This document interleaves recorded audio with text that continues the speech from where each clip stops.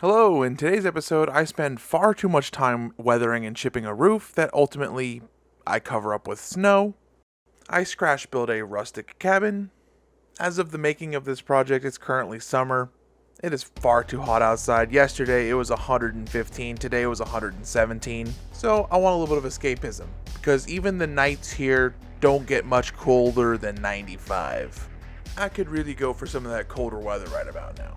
I started off by making the rough shape of the cabin using a thicker card material from a picture frame.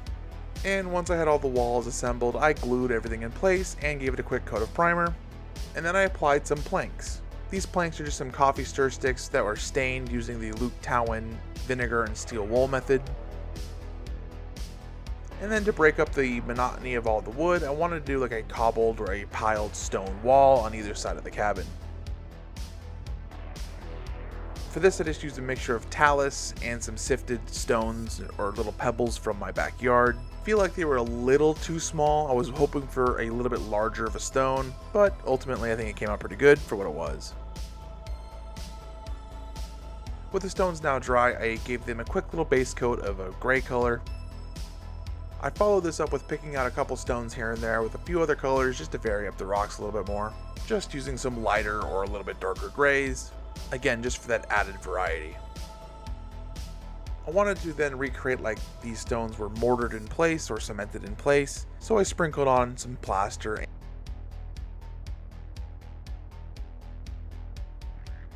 and brushed it off, just again mainly trying to focus it in between some of those rocks, and then use some water to activate the plaster and wash away some of the thinner spots. While the plaster was setting, I moved on to building the roof. For this, I just used some plastic card and some styrene strips. I used the strips as kind of like a ribbing to just give the roof a little bit more detail. Once I was done with that portion of the roof, I realized I wanted a little bit more detail in the front of the cabin, so I decided I wanted to do an enclosed porch. So I first made a deck using some more of those stained coffee stirs. I glued a couple of those stirs together just to make some upright pillars, and I made a railing.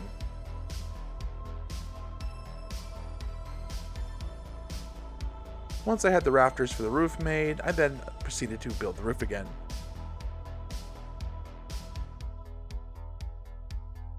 I then used some tissue paper and dipped it in some watered down PVA glue to cover all of the joints in the roof.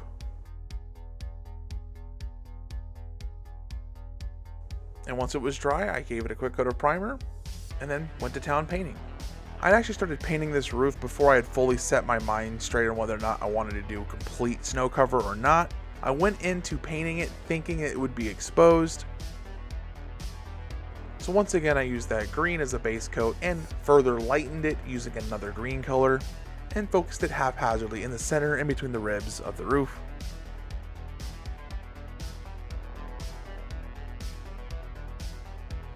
And then using the lightest color green, I went back with a sponge and chipped on heavier chipping marks and heavier scuffing marks.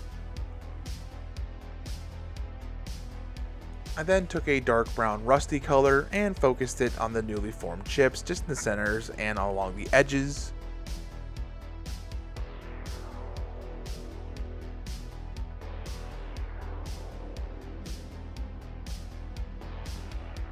And then it was time for some enamels. So I busted out the streaking rust and applied that over all of the rusty chips as well.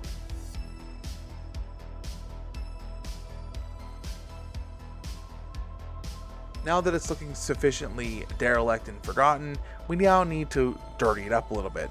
So I used some winter streaking grime. At first I was kind of reserved in just using this around the ribs and just more of those deep recesses to help also use it as a pin wash and help with the fake shadows. I kind of went overboard and started playing it over everything.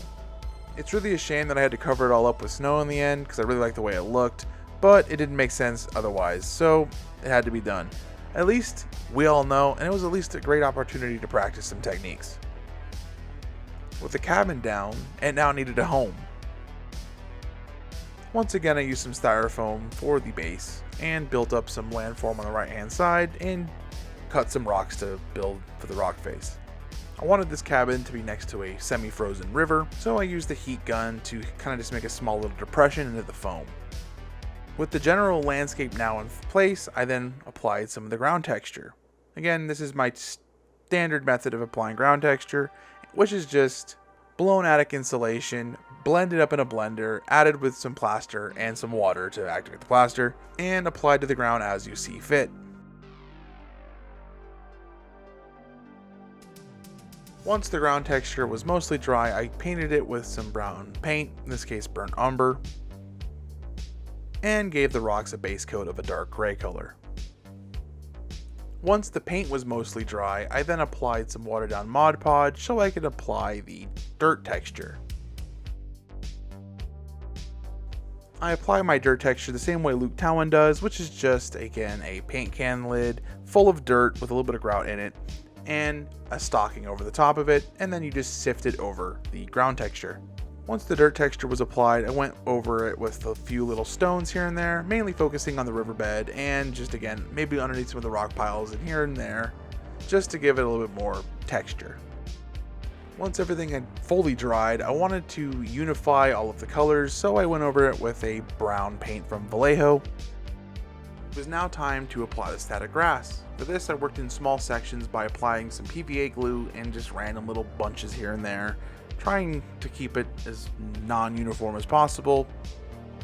And then I went with a straw colored grass because I wanted to go with a dry, dying, dormant kind of grass, since it is supposed to be in the middle of winter. But ultimately the color wasn't too important because I did decide to go back over it and darken it up just a little bit. I felt like the grass was just a little too light in color. I didn't think it would stand out well against the whiteness of the snow, and besides, I knew once I added snow to everything, it was going to lighten everything up, so I figured I needed to start with a little bit darker of a color. Speaking of darker colors, I went over the bottom of the riverbed with a darker green, grungy color.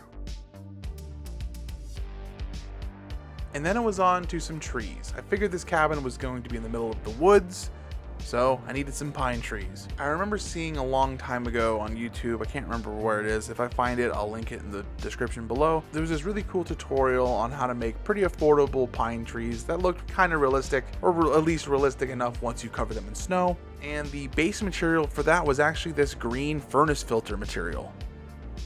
The first steps are to cut them into like inch and a half long strips, and then to pull off this like netting they have on the back of them. You really only want this fibrous material. And then you follow this up by cutting them into inch or inch and a half squares, to which you then round off the corners. You should be then left with the world's worst Oreo, and then you go around and kind of split them in half just by slowly tearing them apart, and then now you've got double what you started with. And then depending on your scale, you might want to use a different dowel or a different height dowel. But for my purposes, I used between 4 and 7 inch tall dowels. And then proceeded to make the world's worst shish kebab.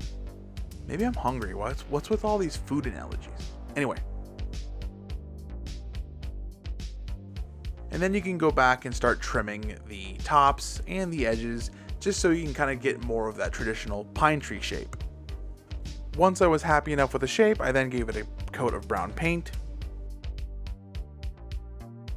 And then I proceeded to glue some green flockings on with some hairspray. For the first layer, I used a coarse green turf and then followed that up with a fine green turf. If you want a more sparse looking tree, use less flocking. If you want a more full looking tree, use more flocking. But don't forget, we also have to cover this in snow, so don't go too crazy.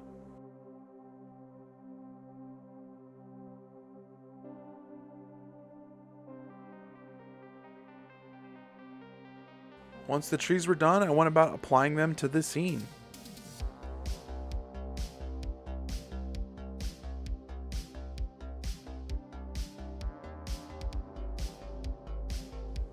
And then it was time to unify everything. So I went about applying a mask over the river and then covered literally everything in hairspray. Probably should have used some spray glue, as the hairspray really wasn't strong enough to hold it all, but you have what you have on hand.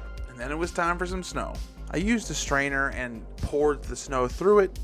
The strainer really wasn't necessary, as I ended up using just the shaker bottle itself, and I mainly focused on dusting everything. I didn't want to go too thick, but I wanted the ground to be completely covered. With the snow now in place, I painted some of the rocks in the river and whipped up a batch of some resin. I added a few drops of the same color that I painted the riverbed with, just to help tint the water so it wasn't just perfectly crystal clear.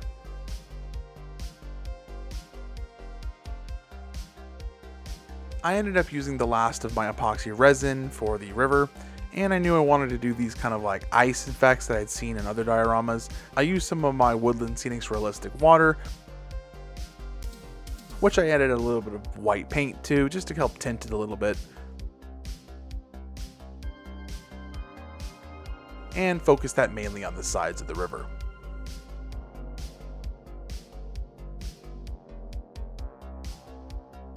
Once it was dry, I gave the sides a coat of black paint, and I thought it was done. But then I realized I kind of wanted some more grass tufts here and there, so I used a paintbrush and cut some tufts and placed them about here and there, kind of just sticking up wherever I wanted it. And then I called it good.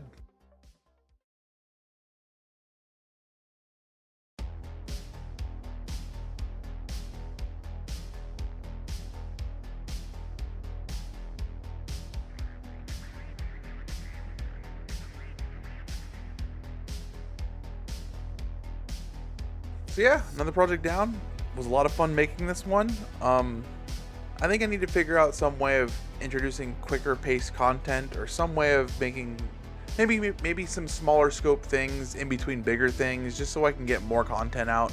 I don't like how long it's been between uploads, and more importantly, my free time as of the last couple months has been very, very small, so I need to figure out a way of increasing my productivity. But, I'll figure something out, and hopefully you guys will stick around to find out what that is. So, if you like what you saw and you want to see some more, click right here. And for the rest of you all, for watching all the way to the very end, thank you so much. You guys are awesome, and I'll catch you in the next one.